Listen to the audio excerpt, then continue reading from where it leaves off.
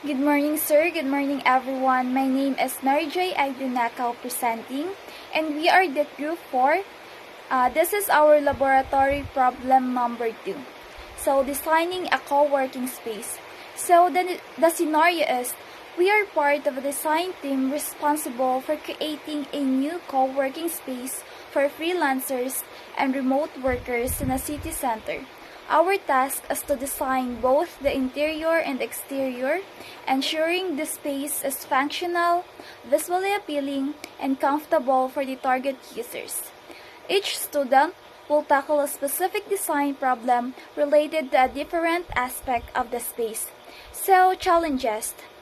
We are in charge of designing the exterior of the building, including the facade and the entrance. The goal is to make the building visually appealing and being accessible and inviting. So the problem that we got is, how will we balance aesthetic and appeal and functionally in our design?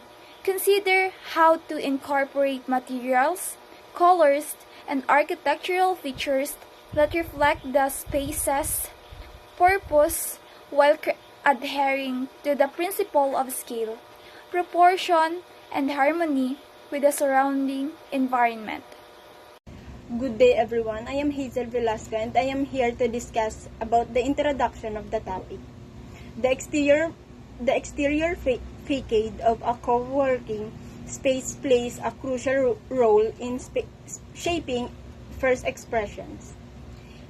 It must reflect the purpose of the building, collaboration, creativity, and professionalism while blending harmoniously with the surrounding city environment. A well-designed facade not only attract users but also communicate accessibility, inclusivity, and modernity. That's all.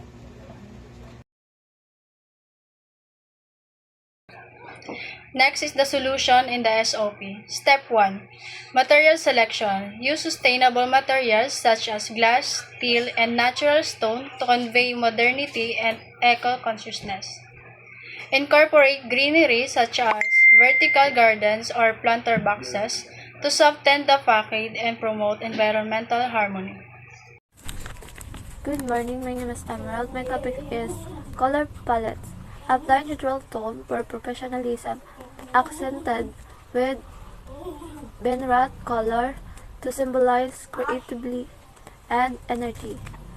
Ensure color complements nearby buildings to maintain urban harmony. Ang color palette building design is crucial for creating the night's atmosphere and ensure it fits within its environment. I am Crizal B. Tongo, and now I am the one who continued the solution of the problem. So, step 2, color palette.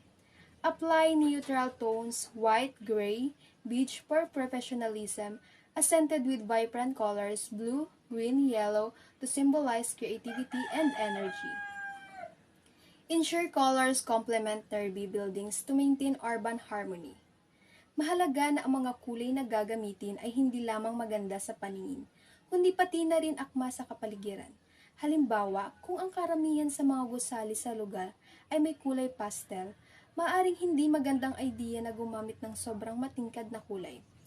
Ang pagpili ng kulay ay dapat isalang-alang ang kabuuang aesthetic ng lugar upang makamit ang isang harmonious na resulta. I am Monit Ichipara and now I am the one who continued the solution in the statement of the problem. So, step 4. Accessibility and inviting atmosphere. Provide ramps, automatic doors, and clear signage for inclusivity. Create a welcoming plaza or entryway with seating and greenery to encourage social interaction before entering. So this step 4, it focuses on making the area accessible and also welcoming for everyone. It includes providing ramps, automatic doors, and clear signage to support inclusivity. It also suggests creating a pleasant empty space with seating and greenery to encourage social interaction before entering the building. I'm Angelina Binamera. In our design, the exterior facade of the co-working space, the balance between aesthetic appeal and functionality is achieved through thoughtful material selection, harmonious color palettes, and well-proportioned architectural features by integrating sustainability, accessibility, and creativity into the design. Its purpose as a hub for a freelancers and remote workers blending seamlessly with the city environment.